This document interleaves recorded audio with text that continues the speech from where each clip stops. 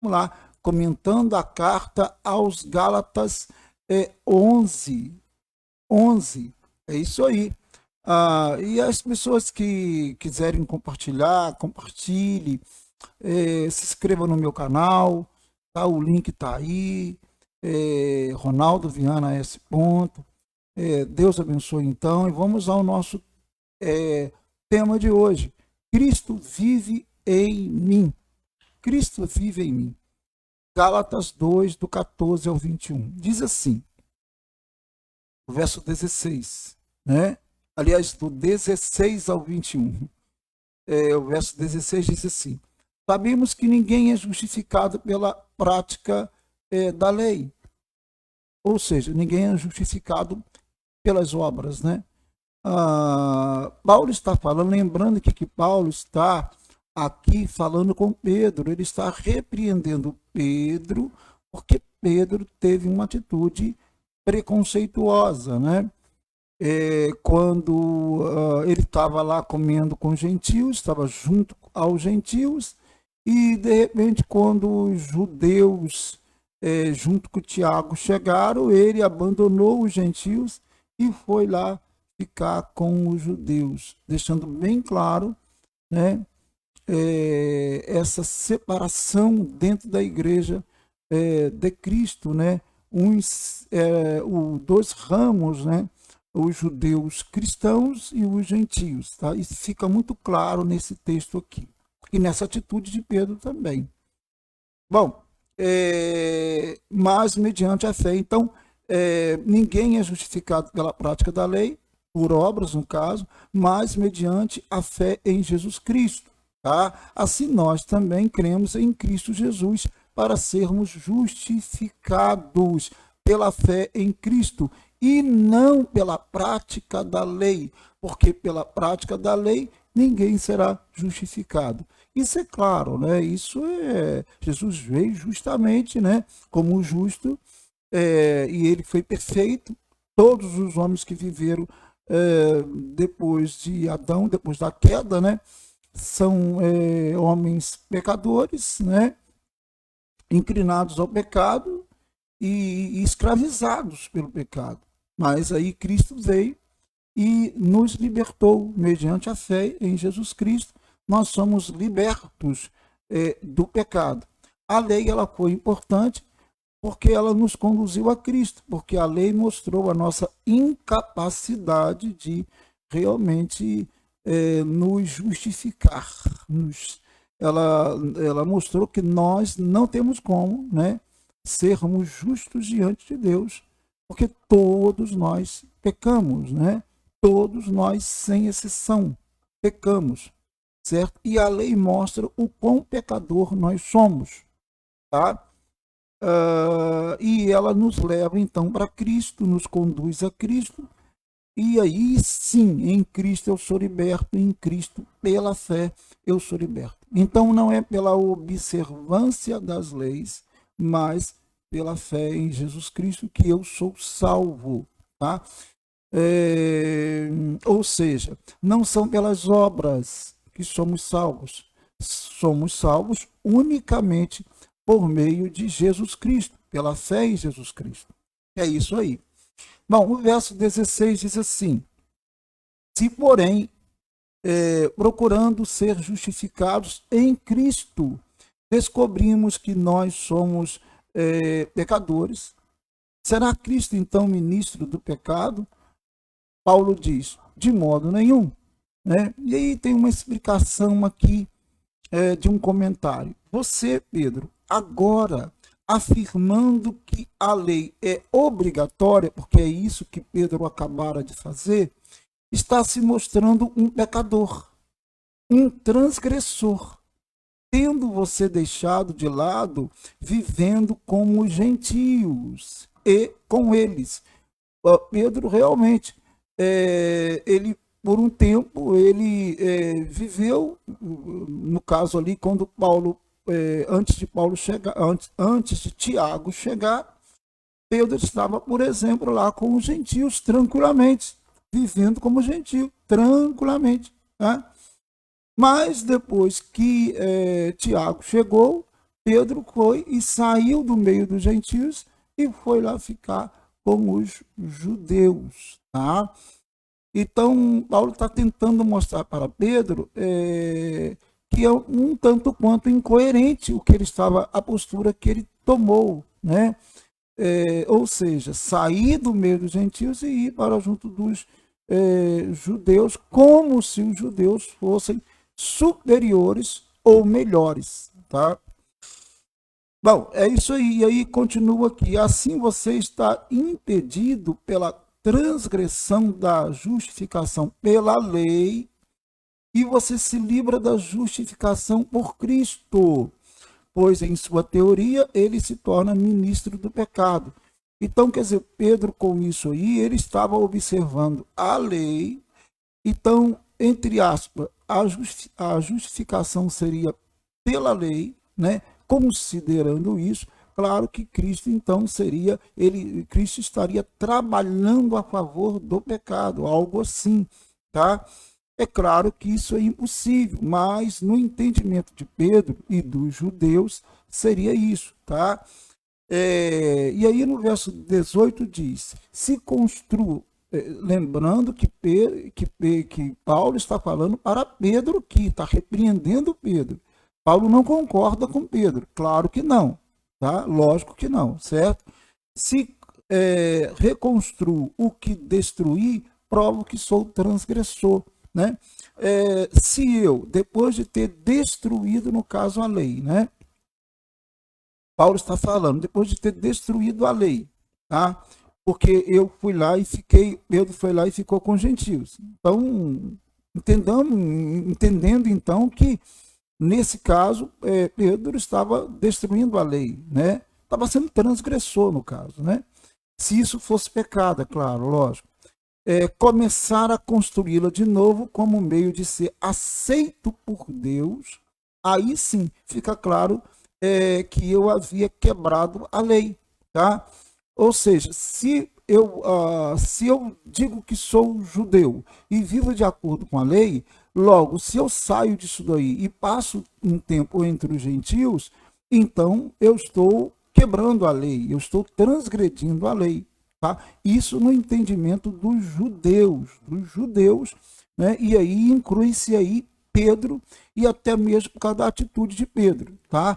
Para quem não acompanhou o último comentário, é bom ver o último comentário, que aí vai entender o que a gente está colocando aqui, tá? Então, por um momento, Pedro, então, ele se faz um transgressor da lei no entendimento dos judeus, porque ele comeu, ele viveu junto com gentios. Tá? Então, é nesse sentido que Paulo está tentando colocar e argumentar aqui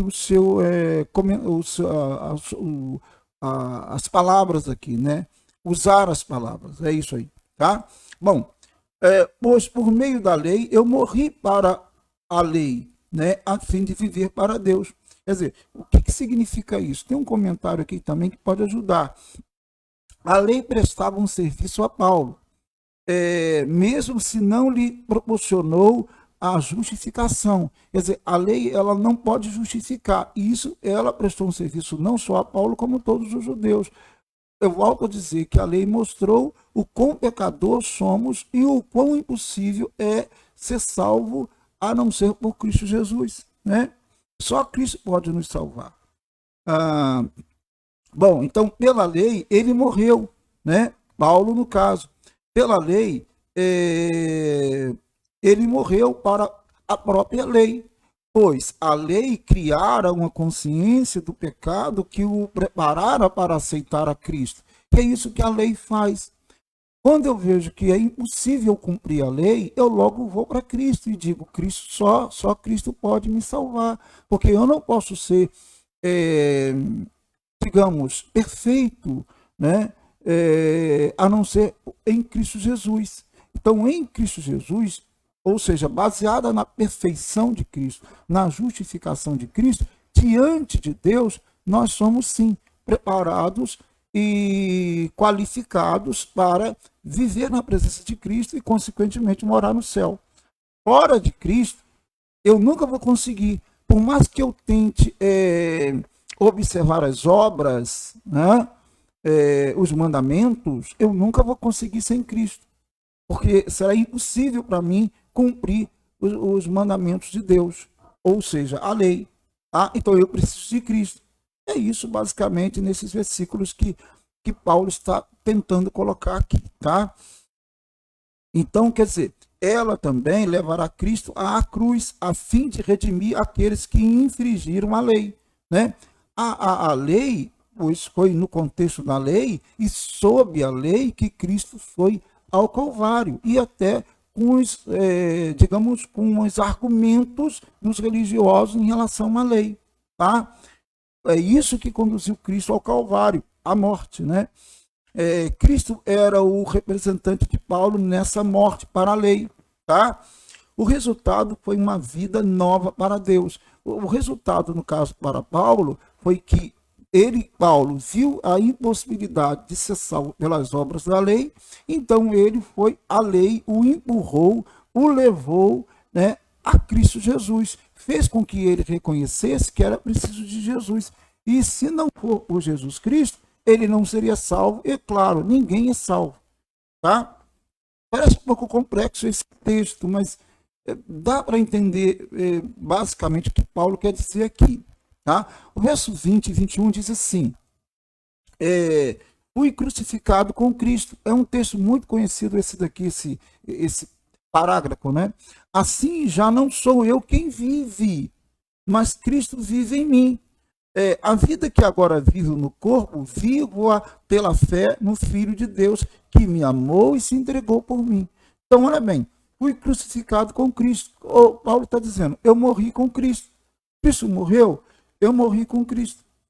Assim como eu morri com Cristo, eu vou viver com Cristo também. Então, diz assim, assim não sou eu quem vive.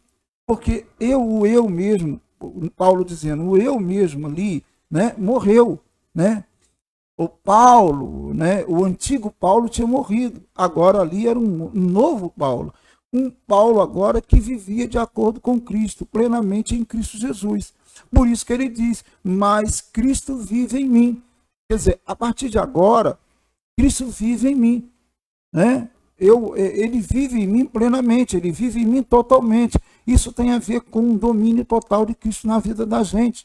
Isso tem a ver com o controle dele sobre nossas atitudes, sobre nossas ações, até sobre os nossos pensamentos. Tá? O Cristo vive em mim é muito mais amplo do que um slogan, uma frase bonita, né? Cristo vive em mim. Tá? Ao andar, ao conviver com as pessoas, ao me mover na sociedade, eu preciso demonstrar que de fato ele vive em mim. Tá? As minhas atitudes, os meus comportamentos devem demonstrar isso claramente, que eu estou morto, né? E que Cristo vive em mim, e esse novo Ronaldo, digamos assim, essa nova vida, né? Reflete, mostra aos homens, ao mundo, a imagem de Cristo, a pessoa de Cristo, tá? Isso daí, tá? A vida que agora vivo no corpo, né? Porque ele ainda estava ali, né, fisicamente, vivo pela fé no Filho de Deus. Quer dizer, eu não vivo mais por mim mesmo, não são os meus projetos, não são os meus planos, agora são os planos, os projetos de Deus na minha vida. É isso que vale agora a pena, é isso mesmo. O verso 21 diz, não anula a graça de Deus, como os judeus estavam fazendo, e como Pedro, naquele momento, o fizera. Né? E Paulo está dizendo, eu não anulo a graça de Deus. Tá? Pois, se a justiça vem pela lei, né? Se a justiça vem da lei ou pela lei, né? Cristo morreu inutilmente. Não tem sentido Jesus ter morrido se a lei está valendo. Se as obras, se as práticas da lei salvasse alguém, né? Ou salve alguém para alguns, então não tem sentido Jesus ter morrido. Ele morreu inutilmente. Porque a razão de Cristo ter morrido foi justamente nos justificar, tá? Nos purificar, nos salvar. E isso só acontece, claro, pela fé em Jesus Cristo. Não há outro meio de salvação, só Jesus. E é a fé nele que realmente pode nos salvar. E quando isso acontece, quando eu creio em Jesus Cristo verdadeiramente, isso não é questão de ter ou não uma religião, é crer em Cristo. É claro, eu vou viver segundo Cristo. Cristo vai viver em mim plenamente. E a minha vida vai denunciar que eu sou de Cristo, que eu pertenço a Cristo. Muito bem? Gente, nós vamos continuar comentando, mas agora eu tenho que parar por causa do meu horário, que já passou o meu horário, na verdade. Vamos orar ao Senhor. Deus, muito obrigado por estar aqui em tua presença mais uma vez. Eu louvo o teu nome, glorifico o teu nome, agradeço por cada irmão que está agora ouvindo, cada amigo. Toma-os em tuas mãos em nome de Jesus. Abençoe o Brasil, as autoridades constituídas desta nação, em nome de Jesus, ó Deus. Em o nome de Jesus. Amém e amém. Amém? Deus abençoe. Bom, temos que fechar, né? Um grande abraço. Fique com Deus.